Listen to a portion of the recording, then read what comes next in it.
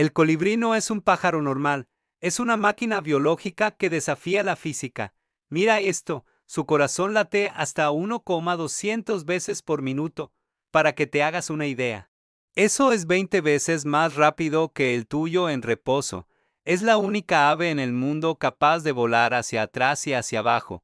Sus alas baten hasta 80 veces por segundo, creando ese zumbido tan característico. Tienen un metabolismo tan alto que deben comer la mitad de su peso en azúcar cada día. Si un humano tuviera su metabolismo, tendría que comer 130 hamburguesas diarias para sobrevivir. Son pequeños, pero verdaderos atletas. ¿Alguna vez has tenido uno cerca? Cuéntame tu experiencia en los comentarios y suscríbete para más naturaleza.